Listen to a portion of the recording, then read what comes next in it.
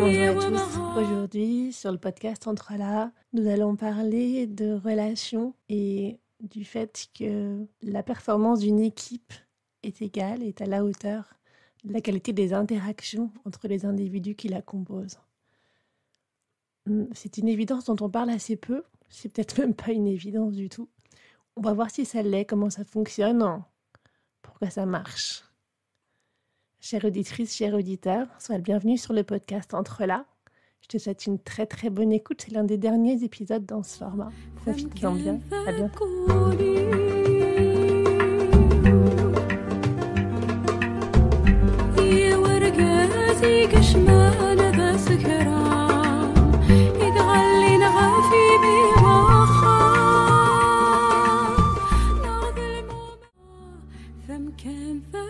Bonjour Nicolas, bonjour Laurence. Aujourd'hui, on va faire un podcast à trois.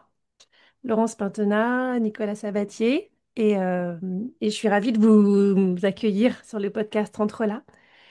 L'idée de cette interview est partie d'une phrase qu'a proposée Laurence, que t'as dit Nicolas, qui est que, à peu près que l'atteinte des objectifs est directement liée à la qualité d'interaction entre les individus.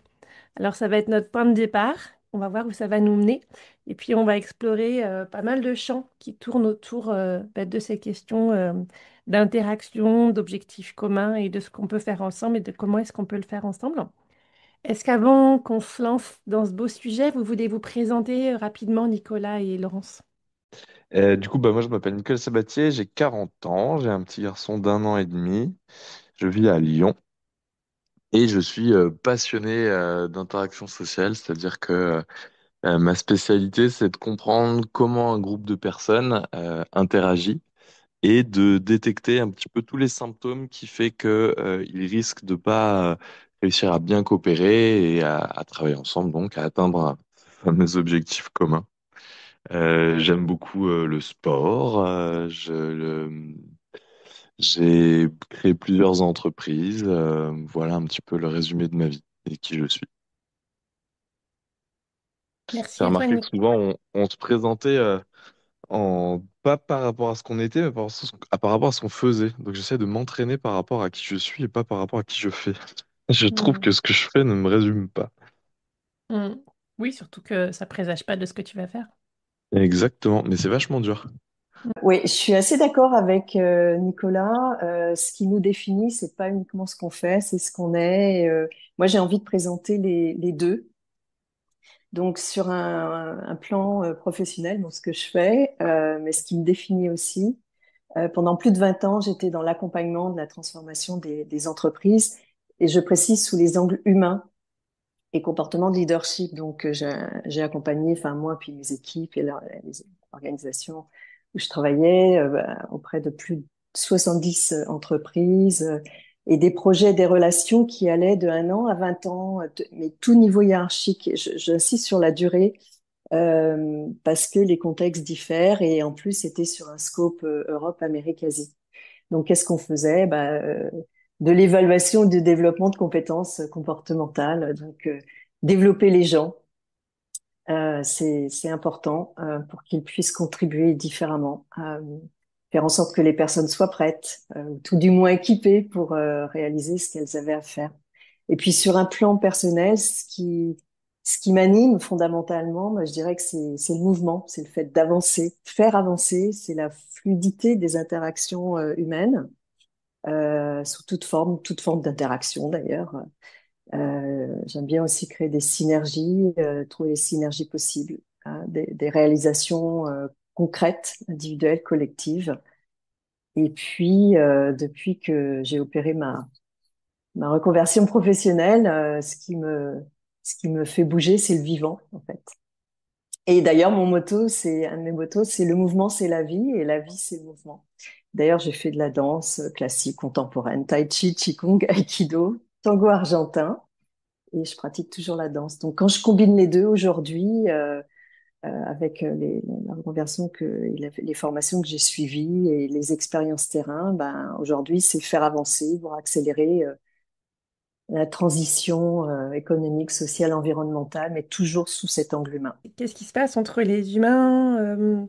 C'est quoi cette idée des interactions?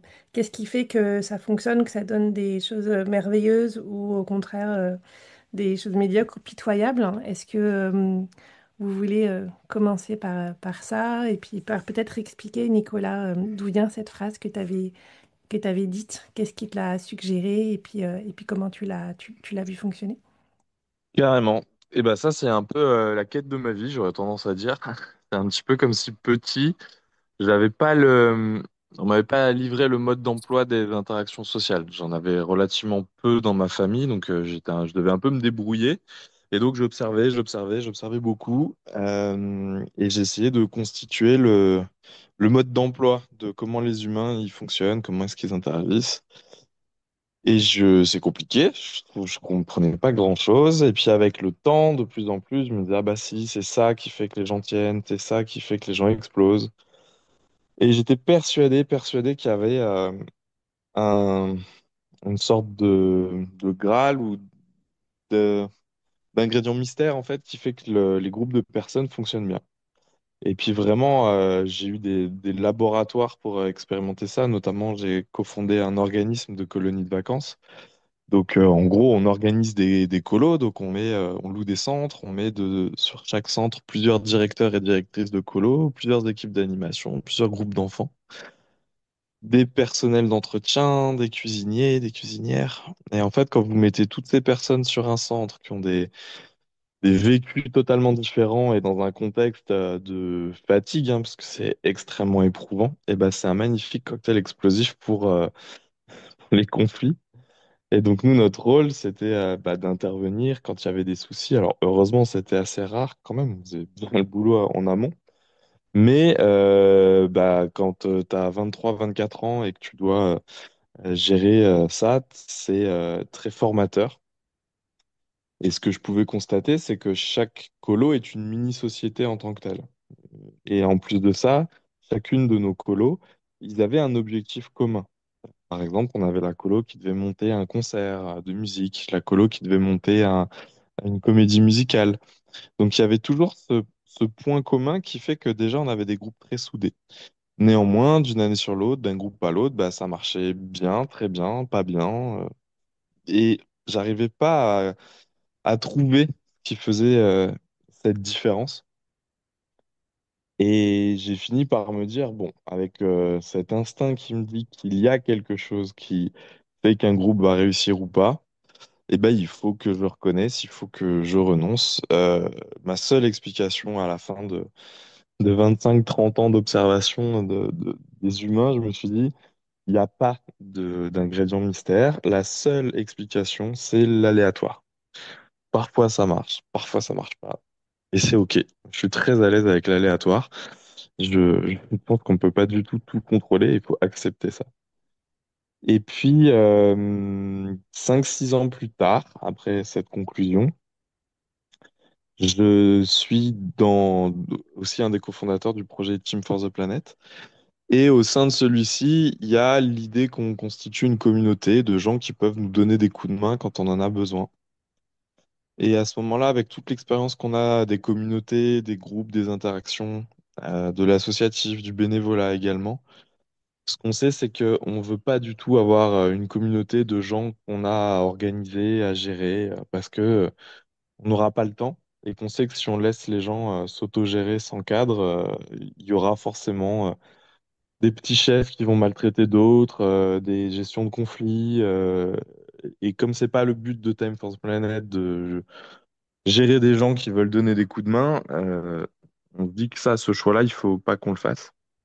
Sauf que on a tellement de personnes qui nous disent je veux vous aider qu'on finit quand même par se dire bon, est-ce que on peut pas répondre à leurs besoins, parce que c'est leurs besoins à eux en fait, c'est eux qui veulent faire partie de quelque chose qui aide, sans que ça nous prenne du temps. Donc il faut trouver une organisation dans laquelle les gens s'autogèrent et qui limite au maximum l'émergence de conflits. Et un peu par hasard, je tombe sur une définition, celle de l'intelligence collective, que pendant longtemps dans ma vie, j'avais effleurée et qui prône ce fameux 1 plus 1 égale 3. Un peu cette magie de, parce qu'on va se mettre à plusieurs à réfléchir et à agir sur un projet, et ben, on va mieux y arriver. Et moi, j'ai beaucoup cru ça aussi. J'ai beaucoup expérimenté les organisations plutôt horizontales, justement, très collectives. On va se mettre tous autour d'une table et puis on va réussir. Et en fait, ça m'a totalement écœuré parce que ça fonctionne extrêmement mal. Donc, ce fameux 1 plus 1 égale 1 de l'intelligence collective, pareil, j'avais renoncé, j'avais fait le deuil. Je me suis dit non, ça, c'est pas du tout aussi magique que ce qu'on nous le dit. Et les gens qui le prônent sont un peu même des charlatans, selon moi.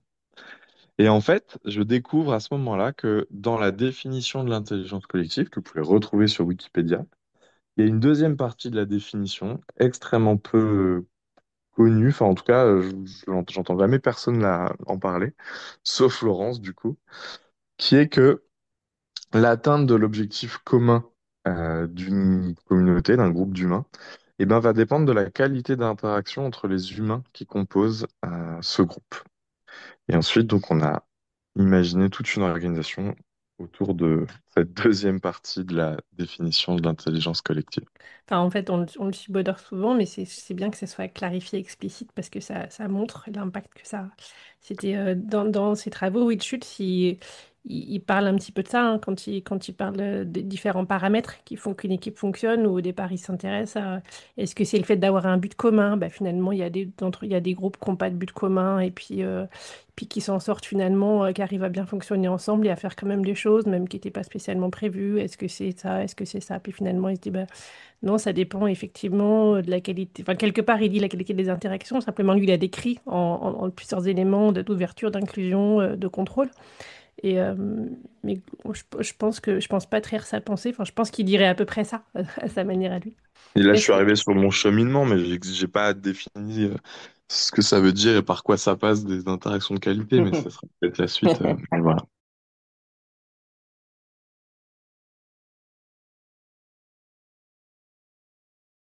Et en fait, je rebondis sur Nicolas, sur ce que tu as dit là. Tu parles de qualité des interactions. Et en fait, quand on s'est parlé la première fois, parce que j'avais regardé un de tes podcasts et tu parlais de ça, je me dis, mais c'est rare quand les gens parlent de qualité d'interaction, ils parlent de qualité de relation sans vraiment le définir. Et en plus, toi, euh, à l'image, en tout cas, tu vivais ça. Quand tu as prononcé cette phrase, on sentait que c'était plein, que c'était vécu. Bon, tu viens de l'expliquer. Donc, j'aimerais voilà, partager mon expérience sur la qualité des interactions. Et au niveau international, c'est pour ça que je mentionnais le scope. Et ce que je n'ai pas précisé, c'est, je l'ai vu au niveau euh, bah, des collaborateurs, au niveau des managers, premier niveau, deuxième niveau, enfin, tous les niveaux de l'entreprise. Et j'ai interagi avec tous ces niveaux-là. En fait, et c'est pas uniquement moi qui le pense, qui le vit, euh, c'est une question de, si je peux donner un peu la face immergée de l'iceberg, mon expérience, et il y a des études qui portent là-dessus aussi, c'est que quand tu interagis avec quelqu'un ou quelqu'une, là on va rester dans la sphère humaine pour l'instant, euh, il y a deux types de besoins. C'est vraiment très râle et pâquerette, mais c'est tellement vrai. Des besoins pratiques, euh, d'obtenir de l'information pour pouvoir avancer, si on est dans un milieu professionnel, de donner du sens aux missions qu'on nous confie. C'est vrai aussi dans la vie personnelle. C'est terminer une réunion à l'heure, etc. C'est pouvoir progresser, évoluer. Euh, voilà, donc des besoins pratiques et des besoins personnels ou humains, de se sentir utile. Et ça, c'est très lié aussi à l'estime de soi, de se sentir écouté, de participer. Hein, tu parlais, Nicolas, de Team for the Planet, et que les gens voulaient participer, de se sentir inclus, de générer la confiance, de faire confiance. Donc, et ces deux points-là, quand tu les as en tête, j'allais dire constamment, mais à un moment donné, c'est intégré, et que tu y réponds dans chaque interaction, tu prends l'opportunité d'y répondre dans chaque interaction, eh bien là, il se passe des choses. Alors, c'est pas une question de contrôler l'interaction, c'est plus une question de répondre aux besoins, aux justes besoins des gens ici et maintenant. Et tout le monde est à des vitesses différentes. Tout le monde a des besoins différents. Mais dans les interactions individuelles, ça fonctionne bien. La façon d'y répondre, on pourra développer, euh, peut varier selon le lieu de la planète où tu te situes, ton histoire personnelle, professionnelle, etc. Mais ces besoins-là fondamentaux sont assez universels, je trouve. Et je voulais rebondir aussi sur autre chose, la notion de conflit.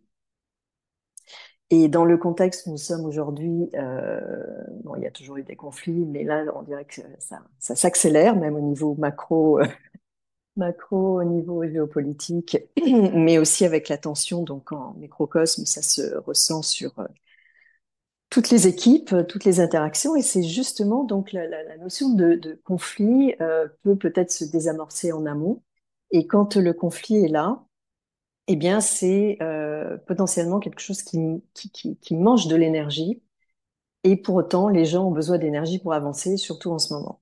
Donc c'est un point super important, à tel point que dans une de mes interventions et projets que j'ai eu la chance de gérer, c'était notamment avec Toyota, donc ça c'est la relation la plus longue, plus de 20 ans, qui avait dans leur ADN un tas de principes autour du Kaizen, etc., mais qui avait aussi, qui faisait la source au gâchis, au gaspillage, dans leur méthode de production et autres. Et il y a une neuvième source, ils en avaient huit, et la neuvième source de gâchis était justement les conflits. Et quand tu équipes les gens avec un certain nombre de savoir-faire, savoir-être, pour éviter ces conflits ou les résoudre, eh bien l'énergie peut être de nouveau récupérée et placée dans un endroit plus, on va dire, utile ou qui correspondent, qui font sens pour les gens. Selon moi, en fait, ce que j'appelle l'interaction, c'est deux choses. C'est des paroles ou des actions, des non-paroles ou des non-actions. Mhm, Et en fait, dans mes équipes, ce que j'essaie de leur dire, c'est que vous travaillez ensemble, donc par définition, vous avez une sorte de ficelle qui vous relie, bah, des ficelles qui vous relient à tous les autres membres de la boîte. Et ensuite, en fonction de ce que vous allez faire, ne pas faire, dire ou ne pas dire, vous allez soit abîmer cette corde, soit vous allez venir la faire grossir, la renforcer. Et cette image-là, j'essaye vraiment de la travailler avec mes équipes parce que parfois, on se rend pas compte, mais ne serait-ce que dire merci, bah voilà, ça c'est une parole qui vient renforcer la corde. Ne pas donner un coup de main et passer à côté de son collègue qui est en train de faire une tâche, bah ça vient, c'est une non-action qui vient l'abîmer. Et en fait, tout ce qu'on fait et qu'on dit dans toutes nos relations sociales avec les gens, en fait, à chaque fois, elle fait l'un ou l'autre. C'est impossible que, selon moi, hein, qu'une action ou une parole ou l'inverse, une non-action ou une non-parole, soit neutre dans la relation. Et donc, c'est ça que j'appelle des interactions de qualité, mhm. c'est que c'est finalement la taille de la corde, quoi, et sa solidité. Absolument. Et ce que tu viens de dire résonne aussi, notamment dans ce que les gens font ou ne font pas, ou ce qu'ils disent ou ne disent pas. Le sujet, c'est que parfois, ils ou elles n'en sont pas conscients. Donc, une autre notion que j'ai vue appliquer, que j'ai appliquée moi-même, j'ai formé dessus et je continue à l'utiliser parce que ça fonctionne dépendamment des contextes et au niveau international, c'est le fait de donner un retour aux gens qui veulent bien l'accueillir et d'agir en conséquence. Parce que dans le mot interaction, et c'est pas la même chose avec le mot relation, il y a inter, donc ça va dans les deux sens, et puis il y a le mot action. Donc c'est effectivement ce que tu dis ou ce que tu ne dis pas, ce que tu fais ou ce que tu ne fais pas. Pour moi, c'est ça une interaction. Et quand il y a un problème, on est minimum deux. Ça se joue souvent dans l'interaction. Un problème positif ou négatif, hein, mais voilà. Donc, donner un retour pour que les gens soient conscients. Et dans tous les programmes de développement ou même au quotidien, pour ceux qui veulent bien accueillir ça, et je demande toujours, est-ce que ça t'intéresse d'avoir ce retour-là? Des fois, les gens disent oui, des fois, les gens disent non, dépendamment de leur état du moment ou envie de continuer à apprendre ou leur ouverture, tout simplement. Et donc, le retour doit se faire le plus factuellement et neutre, mais ça n'est pas neutre possible, en décrivant le contexte.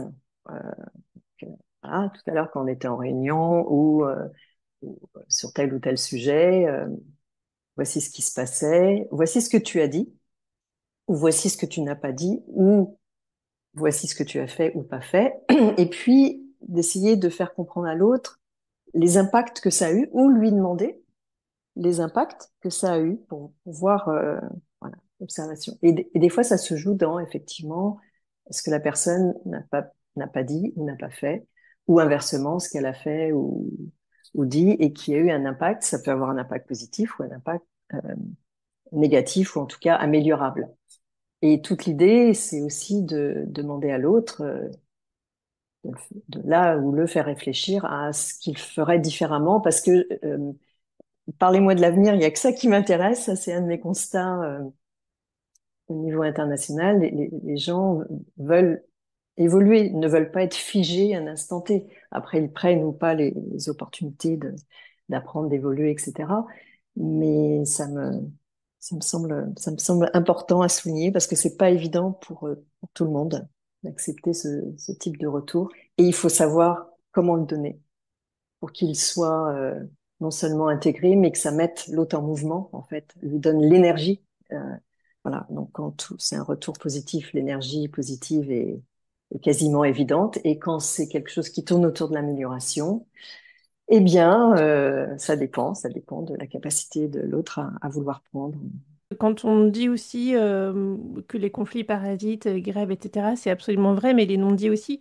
Et donc, quand on dit s'occuper des conflits ou éviter les conflits, ça ne veut pas dire rester dans le non-dit et puis être dans une espèce de pensée personnelle qui va juste mimer une pensée d'une personne qui devient celle du groupe, parce qu'à ce moment-là, on se réduit beaucoup dans les capacités à la fois à trouver des solutions créatives et puis à faire des choses Mhm. intéressantes ensemble. Donc il y a bien interaction, ça veut dire qu'il y en a des interactions et qu'elles vont être sincères et authentiques. C'est ça que tu dis aussi, en l'occurrence. Oui, absolument. Never feel happy. No, you won't until you try. You never feel happy.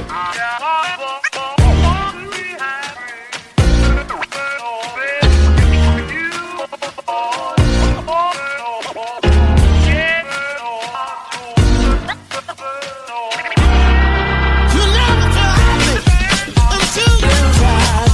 You never feel happy until you try. You never feel happy until you try. You never feel happy until you try. You never feel happy until you try.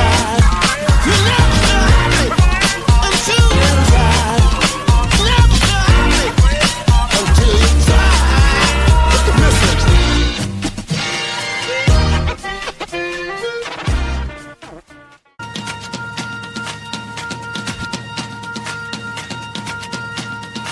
Never feel happy. De toute façon, si ça No, n'est pas you won't sincère, until you try. l'utilisation de ces compétences d'interaction ou quand tu donnes un retour aux gens, les personnes le sentent et ça produit l'effet inverse. Donc ouais, la notion d'authenticité est importante. Mm. Alors des fois, ça demande aussi du courage, mais donner un retour à quelqu'un qui n'est pas demandeur, je pense que c'est pas utile à un instant T. La personne doit, je pense, doit être un minimum ouverte et demandeuse pour pouvoir accueillir ça. Et le Et courage, c'est aussi, moi j'aimais bien cette formule Cynthia Fleury qui disait que l'absence de courage est beaucoup plus coûteuse hein, que le courage. Et je pense que c'est bien d'avoir ça en tête aussi. Parce que sur le coup, oui, ça nous demande un petit peu d'élan. Mais en fait, derrière, ça évite tellement de catastrophes. Et effectivement, ce que tu dis, Laurence, c'est que quand on veut faire du feedback, il ne s'agit pas seulement de savoir le donner, mais il s'agit de savoir aussi, d'avoir développé des compétences pour savoir l'entendre et l'accueillir et en faire quelque chose. Oui, et ça s'apprend. Est-ce que vous avez l'un et l'autre des expériences que vous aimeriez partager, de choses qui vous ont marqué, justement d'interactions qui ont pu aller vers le meilleur ou vers le pire, et puis se retourner avec parfois pas grand-chose, hein, parce que euh, dans les expériences que enfin, vous allez vous nous citer les expériences que vous souhaitez, mais moi, ce que j'ai vu souvent en médiation, c'est que parfois on arrive à un conflit qui a l'air très fort, avec des émotions qui ont l'air très très fortes, mais la capacité à résoudre ce conflit et à reconstruire une relation saine et constructive et pas reliée directement à la quantité d'émotionnel. Et l'émotionnel, par contre, permet, enfin, quand il est assez fort et quand c'est suffisamment inconfortable, c'est plutôt ce qui va permettre aux gens de changer. Mais en tout cas, on peut avoir parfois des situations qui ont l'air extrêmement tendues et inextricables et puis qui finalement se transforment très fortement. Mais il y a peut-être aussi d'autres choses que vous avez vécues qui n'ont pas ces effets waouh aussi forts. Mais par contre, qui ont des effets à long terme. Oui, j'ai alors deux exemples forts, j'en ai peut-être un peu plus parce que mais je peux en partager deux qui je trouve sont assez symptomatiques de ce qu'on peut faire, mais enfin symptomatique c'est pas le bon mot, mais il faut faire attention Oui, aussi avec les exemplaire. exemples ouais dont je vais parler parce que il y a aussi plein de fois où ça marche pas. Mais néanmoins, pour moi, si ça marche une fois, c'est la preuve qu'il faut, Dont en vous tout avez cas, envie le de nous tenter parler. à chaque fois, parce qu'il y a plus de chances que ça réussisse quand on essaye que si on fait rien. Dans le premier, c'est dans la communauté donc des bénévoles de Team for the Planet. C'est assez particulier l'organisation qu'on a mis en place parce que on n'avait pas forcément des choses à faire aux gens. C'est-à-dire que de l'extérieur, parce qu'on faisait quelque chose d'intérêt général, les gens partent du principe qu'on a forcément besoin d'eux. C'est un peu comme si vos amis font un déménagement et par principe, vous allez les aider, alors qu'en fait, eux, ils ont suffisamment de personnes pour agir, pour faire ce déménagement. Et c'est même pire parce que si vous vous retrouvez dans un déménagement et qu'il y a trop de monde pour déménager, on perd en efficacité, on se sent inutile et on peut Mm. un peu s'énerver. Oui, ça Et ben génère des c'est ce pressions. schéma-là Mm. qui était arrivé avec ce monsieur dont je vais vous parler. Mm. Et Euh, peut-être juste avant, oui, Nicolas, tu veux, parce qu'il y a peut-être des gens qui connaissent pas Team for des planètes, peut-être que du coup, ça peut être l'occasion que tu présentes un petit peu, enfin, que tu présentes, qu'est-ce que c'est, etc., pour qu'on puisse encore mieux te suivre dans l'explication que tu vas donner. ouais, alors sachant qu'il n'y a pas vraiment de lien entre les communautés et ce que fait Team for the Planet, mais je vais du coup essayer de présenter un peu les deux. En gros, Team for the Planet, c'est un projet dans lequel on se donne pour mission de détecter des personnes qui ont des innovations permettant de décarboner des pans entiers de nos modes de production. Par exemple, ça peut être la marine. La marine consomme beaucoup du coup de carburant et donc on a trouvé un innovateur qui peut réduire la consommation des bateaux avec des voiles géantes de kite, donc des énormes cerfs-volants qu'on accroche au bateau et donc ça vient réduire leurs besoins en carburant. Ça peut être des innovateurs qui ont trouvé une recette de peinture, pour simplifier, qui est extrêmement résistante aux aléas climatiques et qui fait qu'elle garde une capacité à renvoyer la lumière et donc à préserver le bâtiment de la chaleur pendant une vingtaine d'années. Donc, ils peignent des toits plats en blanc avec cette peinture très spéciale.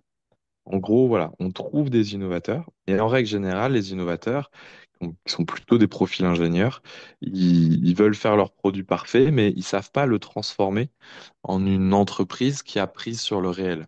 Ce que je veux dire par là, c'est que si cette recette de peinture, elle est dans un laboratoire ou dans la tête d'un inventeur, mais qu'il ne sait pas ensuite comment communiquer, comment la diffuser, comment l'installer, comment la vendre, et ben en fait, elle va avoir aucun effet à l'échelle du monde. Ça restera toujours très théorique. Donc notre mission, c'est de trouver ces personnes de leur adjoindre un ou une créatrice d'entreprise confirmée, quelqu'un qui sait partir de zéro, donc partir, je sais pas moi, d'un prototype, et d'en faire un produit ou un bien qu'on va pouvoir commercialiser.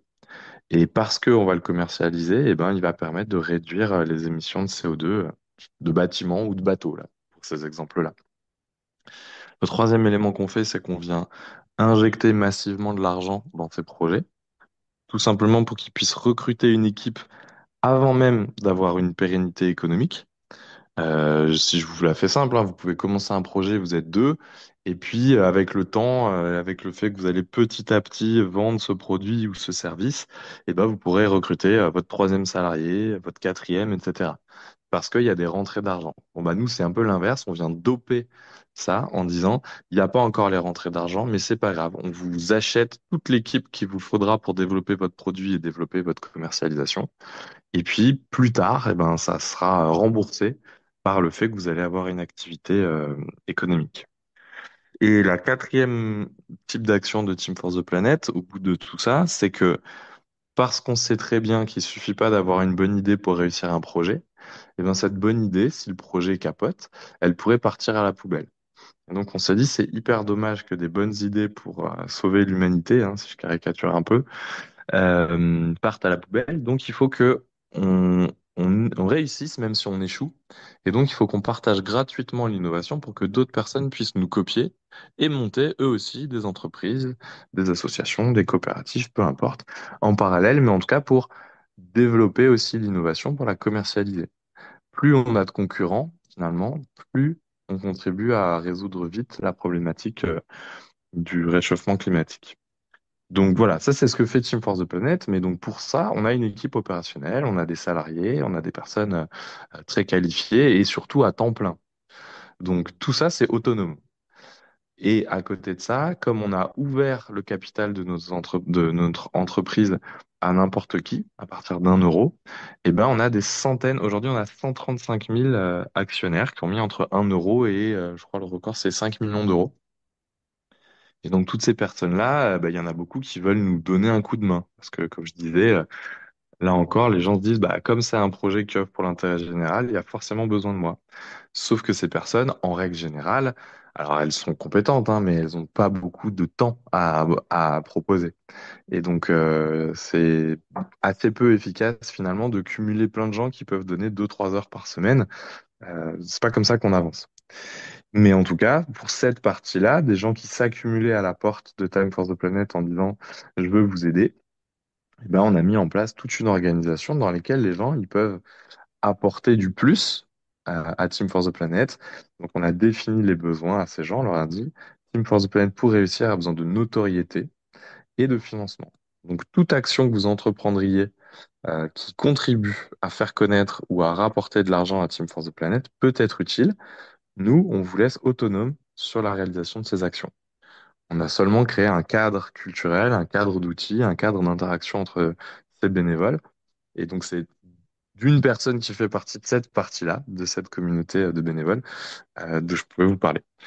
Est-ce que déjà c'est clair ou est-ce qu'il faut que vous avez des questions sur Ouais, Team c'est Force de très, très Planète? clair. Mm. Ok. Donc, c'est bien dans le second cadre, là, que je vais donner un exemple, mais dans ces communautés, donc une fois que vous avez votre culture en place, ce qu'on peut faire, pas faire, les gens s'autogèrent plutôt bien. Et au milieu de tout ça, bah, il y a une personne qui a vraiment une grosse envie de faire des choses parce que elle a beaucoup de temps, elle, cette personne. Et elle est un peu frustrée parce que bah, finalement, il n'y a pas grand-chose à faire et puis que cette prise d'initiative, visiblement, c'est pas forcément dans ses cordes. Et donc, ce qui se passe quand vous avez une personne au sein d'une organisation qui trouve pas sa place, eh ben, il y a deux symptômes en général, selon moi. Il y a la fuite, la personne, elle part, elle va ailleurs, elle va donner son énergie ailleurs. Ou alors, il y a la colère, l'énervement.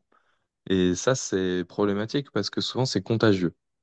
Donc, nous, ce qu'on voit de loin, c'est que cette personne commence à s'agiter, commence à crier de frustration, etc., etc. Et ce qui se passe en général dans ces cas-là, c'est que c'est moi qu'on envoie au front. Et donc, ce que je fais à ce moment-là, parce que la personne, elle était à Lyon, là où on vit et où on travaille, et ben en fait, je suis allé manger au restaurant avec elle. Je lui ai dit, est-ce que ça te dit, on prend un temps? Et cette personne-là, on a donc discuté. Alors, on n'a pas du tout discuté du problème. Je n'ai pas dit, on a discuté juste de qui était cette personne, etc. Elle m'a parlé d'elle pendant 2 heures et demie. Et ce qui était très rigolo, c'est qu'à la fin des 2 heures et demie, je lui ai dit, mais moi, c'est pas grave, hein, mais est-ce que tu te rends compte que tu m'as pas posé une seule question sur qui j'étais, ce que je faisais, ce que j'aimais? On, on a fait que parler de toi. Il est devenu tout rouge. Il m'a offert le repas et il m'a dit à la sortie du restaurant, il m'a dit, là, tu vois, je viens de prendre une claque monumentale dans ma vie et j'ose espérer que ça me servira toute ma vie. Et cette personne-là est devenue une des personnes les plus attachantes et bienveillantes de cette communauté. Ça a plus du tout été une personne à problème, entre guillemets. Ça a été une personne qui a eu un énorme travail d'accueil des nouvelles personnes, un énorme travail d'acculturer les nouvelles personnes qui justement comprenaient pas forcément les codes, qu'est-ce qu'on peut faire, qu'est-ce qu'on peut pas faire. Et c'est vraiment devenu un pilier, un allié très précieux dans la communauté. Et je pense que finalement, ce temps-là de repas, d'écoute, a contribué à travailler une qualité d'interaction. Même si heureusement, et malheureusement à la fois, heureusement, tout le monde n'a pas le même besoin d'écoute. Et malheureusement, c'est que heureusement que c'est le cas parce que malheureusement, on pourrait pas accorder un fondateur de ce projet peut pas accorder le même temps, ce temps-là à tout le monde si tout le monde avait ce problème-là. Voilà, ça c'était, je trouve, une anecdote assez chouette. Et j'en ai une autre, ça c'est entre mes salariés, je tiens un bar-restaurant à Lyon. Et on va dire que les premiers étaient très acculturés justement à l'échange, au fait de prendre du temps, d'écouter, au point que même parfois ils peuvent s'oublier et se mettre eux-mêmes en souffrance quoi, quand ça marche pas.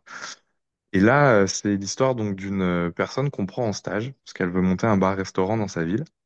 Et elle vient faire 15 jours en plus de l'équipe. C'est-à-dire qu'on la prend pas comme une salariée, on la prend, elle est stagiaire et bah, on la forme, quoi. Donc c'est que du bonus. L'équipe s'entend, tous les salariés s'entendent très bien avec elle. On constate, nous, en tant que manager, vraiment des belles affinités. Le dernier jour de son stage, on va faire la fête tous ensemble, après le service. Bref, tout est au beau fixe. Et ce qui se passe, c'est que vous avez une personne qui a fait comme ça 15 jours de formation. Bah, le jour où vous avez un salarié qui est malade, eh ben, on fait appel à elle, parce qu'en fait, elle est formée et on se dit, bah, c'est génial, on a formé quelqu'un pour faire des remplacements. Et là, catastrophe. C'est-à-dire que, elle vient, elle aide, et puis ça se passe pas bien du tout, au point que les salariés veulent plus du tout faire appel à elle, si jamais on a des remplacements. Alors moi, je les laisse très autonomes dans ces choix-là, je leur impose jamais quelqu'un. Mais il s'avère qu'un jour, on n'arrive pas du tout à trouver de remplaçant. Et je repose la question au cas où, je dis, et donc elle, il n'y a pas du tout possibilité. Et là, la personne réfléchit un peu à qui j'en parle, elle me dit, bon, ok, fais l'avenir, parce que là, on n'a pas le choix, mais j'aurai une discussion avec elle. D'accord, je les laisse faire. Et suite à cette journée, eh ben, en fait, ils ont sans cesse fait appel à elle quand on avait un remplaçant. Et je lui dis, mais il s'est passé quoi en fait? Elle dit, bah, le premier jour où elle est venue, le soir après le service, on a pris un moment et je lui ai dit vraiment ce que je pensais. Et en fait, ce que je pensais, c'est que elle n'était pas du tout assez efficace pour notre travail. Le métier de service dans un bar-restaurant, il a besoin d'une énergie, d'une intensité dans le travail très élevée. Et elle l'avait pas du tout. Elle faisait les choses de façon extrêmement lente. Et donc la problématique et la raison pour laquelle ils voulaient plus travailler avec elle, c'est que eux, ça les mettait dans le jus. Ils n'arrivaient plus à adresser la qualité de service aux clients. Donc ils préféraient ne plus travailler avec elle. Et en fait, cette discussion-là qu'ils ont eue avec eux, ils avaient quoi? Ils avaient 25-26 ans, ils étaient assez jeunes, quoi. Et moi, j'étais assez admiratif de la maturité. Ça aurait pu être quelque chose qui fait que cette personne ne veuille, elle, plus jamais venir travailler. Quand on vous dit que vous n'êtes pas suffisamment vif, on va dire, ça peut être très, très vexant. Et ben, en fait, ça a eu l'effet inverse, vraiment. Ça a eu l'effet qu'elle s'est vraiment mis au niveau. Et du coup, elle a travaillé avec nous régulièrement pendant une petite année jusqu'à ce qu'elle déménage. Mais là où j'aime bien cette anecdote, c'est que elle marche des deux côtés en fait. Au début, c'est mon équipe qui veut plus du tout travailler avec elle. Il finit par lui dire pourquoi. façon un peu très frontale, avec beaucoup de forme et de bienveillance, mais voilà, très clair. Et là, bah, cette personne, je pense parce que justement, elle était attachée à ces personnes, elle était attachée au lieu, elle a accueilli le message et elle s'est mise au niveau. Donc voilà, moi, deux exemples que je trouve très beaux. Ouais, c'est intéressant parce qu'on voit bien qu'il n'y a pas de recette en fait. C'est qu'à un moment donné, quelque chose peut avoir un Non. effet hyper bénéfique, au contraire délétère. Et j'imagine que dans la conversation que tu as eue avec cette personne que tu as écoutée longtemps, tu t'es pas dit au départ, je vais l'écouter 2 heures et demie. Il y a quelque chose qui a démarré, tu as, peut-être perçu que J'avais pas de plan. c'était pas une perte de temps, c'est ça. Puis tu as laissé venir ce qui pouvait venir, tu as accueilli ce qui était là, et puis tu t'es peut-être dit, si je perds 2 heures, je perds 2 heures, c'est pas grave, on va voir quoi. Mais il y a quelque chose comme ça qui s'est produit et puis qui a pris un chemin que tu n'avais pas forcément anticipé. Ouais. Oui, de toute façon, ce qui était sûr, c'est que garder cette personne dans la communauté sans action de notre part, action ou parole, euh, à l'évidence, il y allait y avoir des conflits, des tensions entre les membres, et ça, pour nous, c'était pas acceptable. Notre culture devait reposer sur le fait que les gens prenaient soin les uns des autres. Donc, de toute façon, il y avait ça. Le comment, est-ce que j'allais réussir à lui faire comprendre quelque chose, et le comment, ça, je savais pas, c'était de l'impro. À minima, j'imaginais qu'à un moment, j'allais devoir lui réexpliquer ce qu'on peut faire ou pas faire, mais en fait, j'en ai même pas eu besoin. Ce qui est fascinant, Nicolas, c'est que, en fait, il y a des choses que tu portes en toi qui ont fait que la discussion que tu as provoquée en invitant cette personne au restaurant ou l'exemple dans l'équipe, ton équipe dans ton business à Lyon, le bar, etc. En fait, il y a des choses que tu as déjà en toi que tu utilises naturellement. Qui ont donné des choses très positives et tu as fait prendre conscience juste avec une question, une remarque ou une action, hein, que effectivement l'autre a déclenché ah bah tiens oui j'ai pris une claque ou ça m'a donné envie ou j'ai été j'ai été expliqué aux autres le pourquoi, etc., de comment j'agis, etc. Donc, tu portes ça en toi, ce qui n'est pas le cas de tout le monde. Je relis ça à une des choses que tu as dites sur, évidemment, on ne peut pas prendre le temps avec tout le monde, bien évidemment.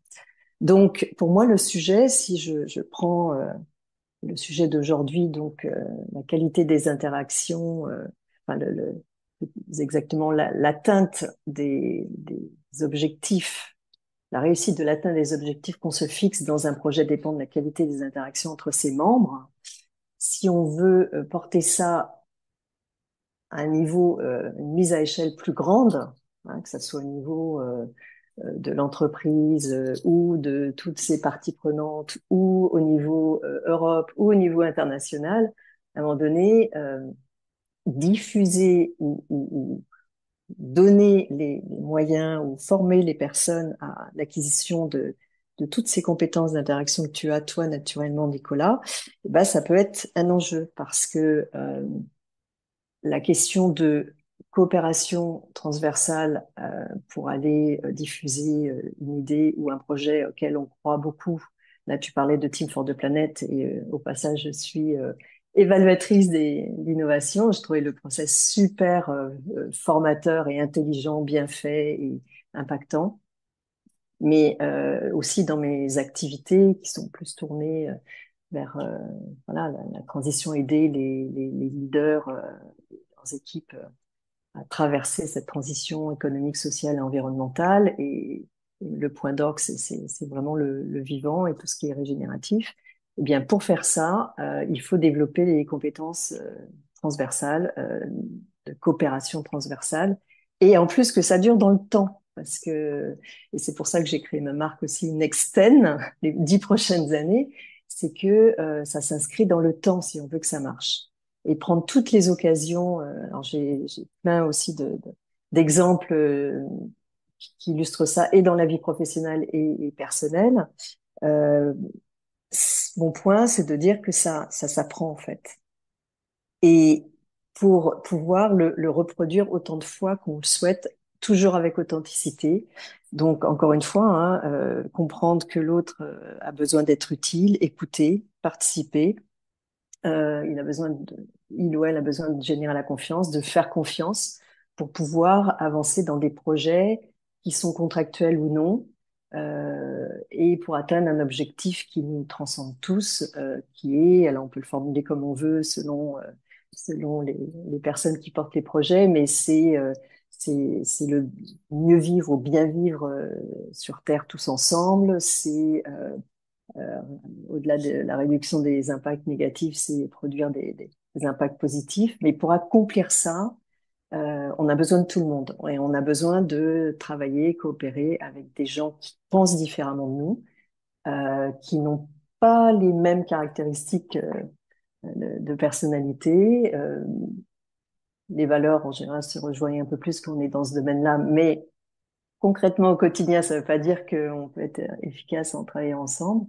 Donc voilà, c'est ça. Bien évidemment, on peut pas prendre le temps avec tout le monde, mais diffuser et équiper les gens avec ces compétences-là, je l'ai vu, c'est possible et ça donne envie. En plus, les gens, parfois, moi de mon expérience, disent ah mais c'est en fait, ça m'a éclairé, ça a structuré un peu plus ma façon de faire, ça m'a rendu, j'étais à un niveau inconscient de ce que je pouvais faire et ça l'a rendu conscient. J'ai vu l'impact que ça avait, ça me donne envie de reproduire encore plus ces choses-là. La seule, euh, la seule condition, c'est de rester authentique. Encore une fois, sinon les gens le sentent arriver à 3 kilomètres et voilà. Mais sinon, ça fonctionne bien, ça marche. Ça t'a fait créer, Laurence, un type de formation lié au leadership. Je ne sais pas comment tu le qualifies. Est-ce que tu veux nous en parler? Oui, alors j'ai créé un programme et a commencé par un atelier qui parle du comment développer justement ces compétences d'interaction quand on est dans un rôle de leader. Je précise, leader, pour moi, tout le monde peut être leader s'il il ou elle on a l'envie et les compétences. C'est pas réservé à un comité de direction ou N-1, -2, etc. Ou dans une organisation plus plate, tout le monde prend sa part d'action si il ou elle veut changer les choses. Donc ça tourne autour d'un leadership qui catalyse des impacts positifs, à commencer sur les gens. Parce que pour prendre les choses en main et changer les choses, il faut déjà être bien avec soi-même et puis générer autour de soi des impacts positifs. Donc ça tourne toujours la même chose, hein. Faire en sorte que les gens se sentent utiles, trouvent du sens, soient écoutés. Dans l'exemple que tu donnes, Nicolas, c'est ce qui s'est passé là au restaurant. La personne s'est sentie écoutée. Et toi, tu as voulu l'amener un cran plus loin, c'est dire, bah oui, mais tu n'as posé aucune question. Et tu as voulu l'amener sur le terrain de la réciprocité. Et tu as raison, parce que l'interaction, ça marche dans les deux sens. Si on veut que ça marche, il faut que ça marche dans les deux sens. Donc voilà, participer, faire confiance et générer la confiance soi-même. Donc c'est un programme en, en 2 fois une demi-journée où on sensibilise à c'est quoi quelles sont l'évolution des modèles économiques du business as usual jusqu'à l'économie régénérative ou l'entreprise régénérative. Et puis, moi qui ai suivi plein de fresques ou d'ateliers, je me suis toujours dit, mais les gens sont lâchés dans la nature ensuite, et alors, qu'est-ce qu'ils en font? Et notamment, qu'est-ce qu'ils en font? Comment ça résonne pour eux? Ça veut dire quoi? Alors, j'ai pas de titre de manager, mais j'en fais quoi? Ou j'ai un titre de manager, comment je vais pouvoir diffuser ça au sein de mon entreprise ou mon organisation, ma collectivité? Donc, ça m'a donné envie, en fait, de les faire réfléchir à qu'est-ce qu'il faut pour quelles sont justement, notamment les compétences d'interaction, mais pas que, les faire réfléchir sur qu'est-ce que ça demande, en fait, pour prendre ce type de leadership, alors que soit avant on l'a pas pris ou on l'a pris à moitié. Et donc voilà, et on s'exerce. Donc en situation, ils viennent avec une situation d'un entretien, une interaction, une réunion qu'ils vont avoir la semaine prochaine ou dans 10 jours avec une de leurs parties prenantes. Et on s'exerce entre nous, ils reçoivent du feedback justement et après selon leur prise de conscience, ils s'engagent eux-mêmes au sein du groupe en toute confiance sur des actions qu'ils vont mettre en œuvre et ce qui génère en fait de la part de l'autre, puisqu'on est tous dans le même bateau à ce moment-là, de l'entraide. Et ça, c'est chouette. Donc voilà. Et puis aussi sur un autre atelier qui est autour de comment identifier et développer le potentiel. Donc, je commence par l'humain. Évidemment, on pourrait parler de développer le potentiel des écosystèmes, mais déjà commencer par l'humain. Moi, j'ai rencontré au cours de ma carrière plein de personnes qui étaient pris dans un système, une organisation. On leur avait collé une image et donc, en réaction, la personne se conformait à cette image-là. Il ou elle, enfin là en l'occurrence c'était un monsieur, non, non, c'est pas un bon coach, il n'y arrive pas avec ses équipes.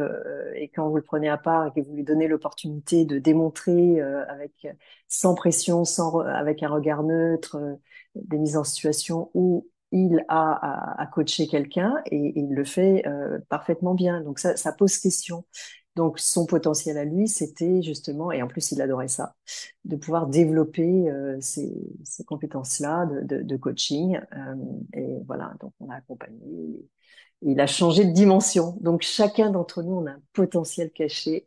Et comment aller chercher ça et si je remets dans le contexte, c'est aussi comment pouvoir s'adapter à ce qui s'en vient donc au niveau de la transition économique, sociale et environnementale et comment s'adapter, comment changer de métier, comment faire son métier un peu différemment.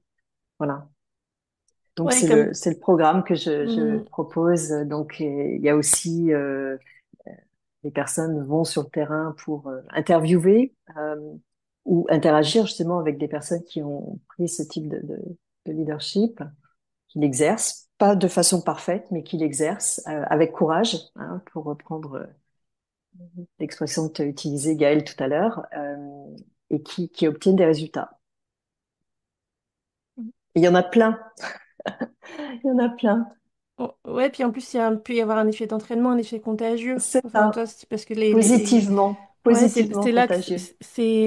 tu vois, si je décrypte un peu comment moi j'entends ce que tu dis, et par rapport aussi à l'expérience que j'ai, on a eu toute une époque où des clients nous ont demandé de former des gens à des comportements comme si effectivement des comportements, enfin le leadership pouvait se décrire en comportement, comme on peut avoir des comportements qui sont acceptés ou pas dans une école ou des choses à faire dans une usine par exemple. Et il y avait une espèce, c'était des gestes. Et en fait, là-dessus, il y a un peu de gens qui se sont rebellés à juste titre parce que le leadership, comme tu le dis, enfin, c'est des soft skills qui sont un peu subtils et chacun va les exercer avec son art personnel, avec sa corde personnelle. Et si on veut absolument que des gens adoptent des comportements figés, ben ça va être désaccordé, quoi. Et si ça va se sentir et ça marchera pas. Et il s'agit que chacun trouve sa manière de développer son potentiel qui va être ajustée et qui va permettre de rayonner, je pense, une manière d'être qui va autoriser les autres à être eux-mêmes à leur tour. Et là, il y a un effet boule de neige qui est assez beau.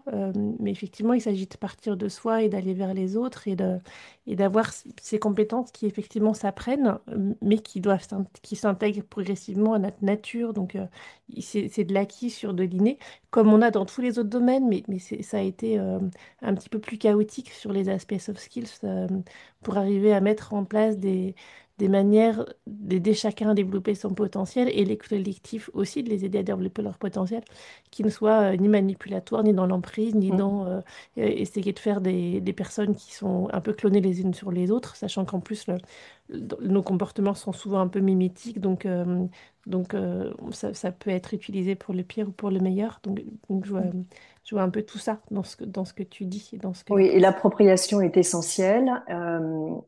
Et une, je dis pas que c'est la seule, mais une des façons de se l'approprier, c'est de mettre en pratique avec son propre style ce qu'on amène parce que c'est nous. Et puis d'être ouvert au regard, au feedback des autres, parce qu'il n'y a que des questions de perception.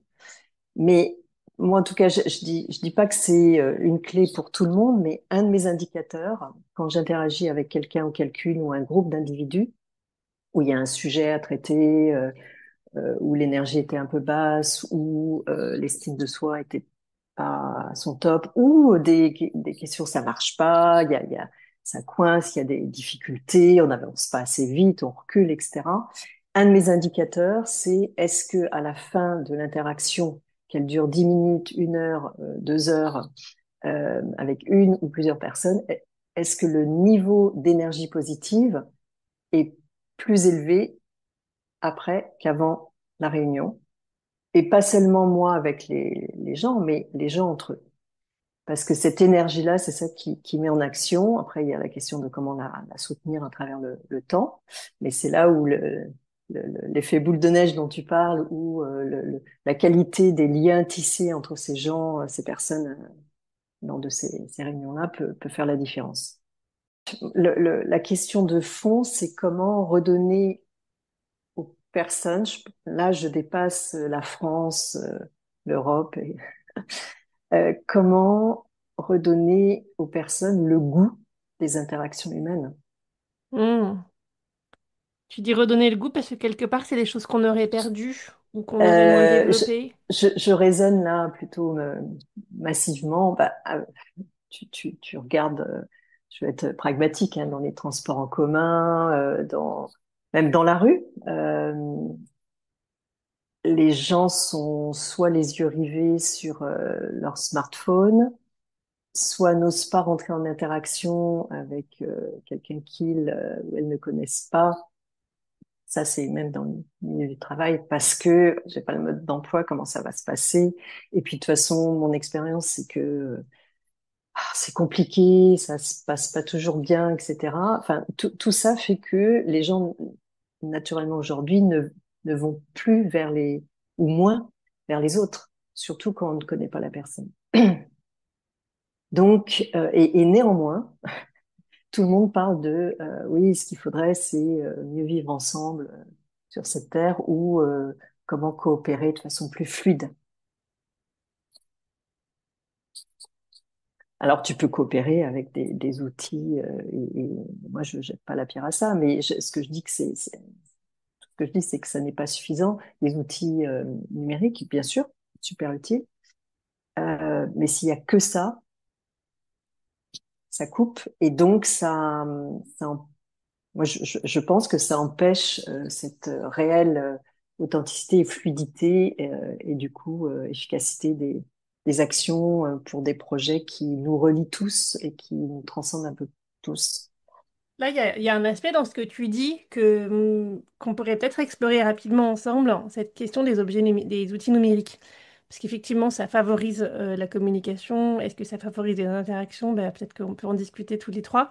On voit bien que quand il y a eu des enchaînements de visio, au moment où tout le monde était enfermé, il y avait des gens s'il est arrivé, en tout cas j'ai vu plusieurs cas, où des personnes commençaient à s'agacer un peu les unes les autres, étaient sans doute fatiguées de rester chez elles, fatiguées de passer d'une visio à l'autre et parfois ça perdait même le sens de ce qu'elles étaient en train de faire ou oublier en arrivant dans un autre rendez-vous ce qu'elles étaient venues faire et avec qui elles étaient. Et donc ça partait un petit peu de travers, hein. Et des petites choses se sont retrouvées devenir des petits conflits ou même des problèmes, alors qu'en fait on peut penser que si c'était vu en vrai dans une salle de réunion même, hein, avec toutes les limites que ces lieux ont, ben en fait, les gens se seraient vus, ils auraient été proches physiquement, ils auraient vu qu'ils se voulaient pas de mal. Il y a une petite synchronisation, peut-être même biochimique, qui se fait, et finalement, le conflit larvé serait tombé de lui-même parce que les gens auraient vu que finalement, ils avaient interprété des choses de travers, mais qu'il n'y avait pas de mauvaise intention, et ça serait retombé tout seul. Donc, il y a des choses qui se passent dans les interactions physiques qui sont déjà pas toujours merveilleuses et qui demandent beaucoup, beaucoup d'explicitation, mais en tout cas, il y a des choses qui sont permises, qui sont facilitées par l'interaction physique, qui sont plus difficiles par l'interaction qui se fait juste par des canaux digitaux et numériques. Et pour autant, c'est quand même pratique. On est en train de se parler, nous, à distance ce matin, et ça a permis à tout le monde de ne pas faire le chemin. Et est-ce que vous pensez que c'est... voilà, quel regard vous portez sur justement cette collaboration qui se fait en partie en physique, en partie numérique? Est-ce qu'il y a des choses qui fonctionnent bien, qui se font uniquement en digital avec des gens qui ne se rencontrent jamais? Est-ce que vous pensez qu'il faut absolument se voir au moins une fois au démarrage? Enfin, c'est quoi votre retour d'expérience à tous les deux là-dessus? Moi, j'aurais tendance à dire que c'est des liens, donc il vaut mieux ça que rien, mais c'est des liens assez faibles, quand je reparlais tout à l'heure de qualité, d'épaisseur, de résistance. Je pense que si on est solidaire avec son collègue, c'est plus parce qu'on a vécu des moments où on a ri, où on a sauté ensemble, on a dansé, je sais pas, plutôt que juste faire une visio et un café le lundi en début de semaine où on se dit comment ça va, quoi. Mais c'est mieux que rien. Voilà. Oui, pour moi, ça doit rester un outil quand on a des tâches très précises à faire et quand on a pu se voir avant ou avoir un échange soit en direct, en live, donc sur le terrain ensemble, où on a déjà eu cet échange qui implique en fait à la fois la tête, le cœur, le corps. Hein, c'est voilà, on est pleinement présent. Le distanciel fait que on a peut-être que une approche qui est ok, une approche cognitive. On entend ce que l'autre dit, on échange des connaissances, façon de faire, etc. Parce qu'on a une tâche précise à réaliser entre telle heure et telle heure. Très bien pour faire avancer les choses, mais ça ne raconte pas toute l'histoire en fait et toute la potentialité de la personne dans la vraie vie en fait. Donc il faut les deux. Mais c'est vrai que ça facilite quand on se voit en réel avant. Et en même temps, j'ai un contre-exemple que je peux partager parce que c'est en plein dans le sujet. Euh, Projet de vie en Bretagne. Donc, avec mon compagnon, on va tester sur le terrain 10 jours en Bretagne. C'est quoi la vie au quotidien dans cette ville-là, etc. Et moi, je me projette dans le moyen terme et je me dis, mais quand on va déménager, mon but, c'est pas de venir là en tourisme, mais de participer à la vie locale. Donc, je regarde la liste des associations et j'en vois une qui est impliquée dans tout ce qui est environnement. Je vois le nom d'une personne, Cathy, très bien. Je la contacte sur LinkedIn. Je lui explique en 3-4 phrases pourquoi je la contacte, que j'aimerais bien lui parler, pourquoi, etc. C'était un samedi. Elle me dit OK pour lundi. Je la connais pas. On se parle, on échange, mais on avait quelque chose en commun qui était justement là, c'était tout ce qui touchait à l'environnement et moi j'ai élargi à l'économique, au social. Et ce à quoi elle souscrivait, il y avait un bon échange, mais vraiment à tel point que on s'est toujours pas vu. Hein. Euh, donc besoin pratique, elle a besoin de trouver un partenaire de long terme. Donc là, je l'ai mis en contact et elle m'a dit mais pour ton projet en Bretagne, oui, je vais rester attentive et j'aimerais bien qu'on se voit et je pense que c'est une relation de qualité qui va durer. Et donc, j'ai juste été à l'écoute, un peu comme toi, Nicolas, dans l'histoire avec le restaurant.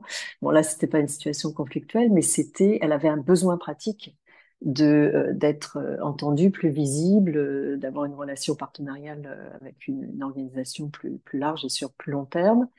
Et puis, euh, et puis d'être écoutée, impliquée. Et inversement, moi, mon besoin, c'était de tisser un lien local pour faire des choses que j'estime être utiles et et dans une relation mutuellement bénéfique. Donc voilà, et ça s'est fait que par téléphone ou visio, pour l'instant. Mais je suis confiante que lorsqu'on se voit, ça va être encore 10 fois mieux. C'est possible. Et c'est vrai c'est aussi la magie des interactions. Il y a des gens qu'on a même qu'au téléphone et puis on sent qu'il y a un truc qui se passe. Et puis ça présage de la suite. Ouais. Mais là, dans ce cas-là, on a en commun, si je prends du recul, euh, je peux appeler ça comment, une ambition, un objectif, un désir, un souhait qui nous relie et qui transcende Mm, mm, mm. même Oui, qui les on petites est, nous en différences. tant qu'individu, voilà, Mm. et qui a du sens. Ceci dit, on voit bien, et ça rejoint ce que tu disais tout à l'heure, Nicolas, hein, que par exemple, dans des écolieux, des écodomaines, moi j'en ai accompagné un petit peu, où des gens sont ensemble avec un objectif de vie commun, avec un objectif de partage, de construction, même en se mettant bien d'accord sur la vision, les ambitions, les moyens qu'on se donne. C'est pas pour autant que c'est tout fait, et il y a souvent un tas de sujets d'interaction qui arrivent après.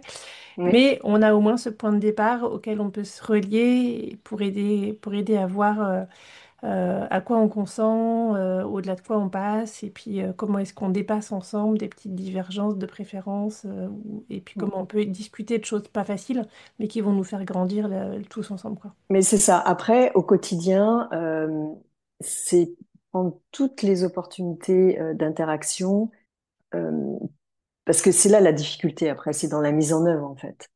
Et toutes les opportunités d'interaction pour soit on a le choix, hein, soit on les tourne en quelque chose de positif et qui donne envie de continuer l'interaction et donc le projet faire avancer en connaissance de cause, soit on n'est pas conscient de tout ce qu'on peut faire ou on est maladroit et on casse en fait ces liens-là. Euh, et je pense qu'en étant plus conscient, en ayant des retours, si la personne a envie, ça peut évoluer.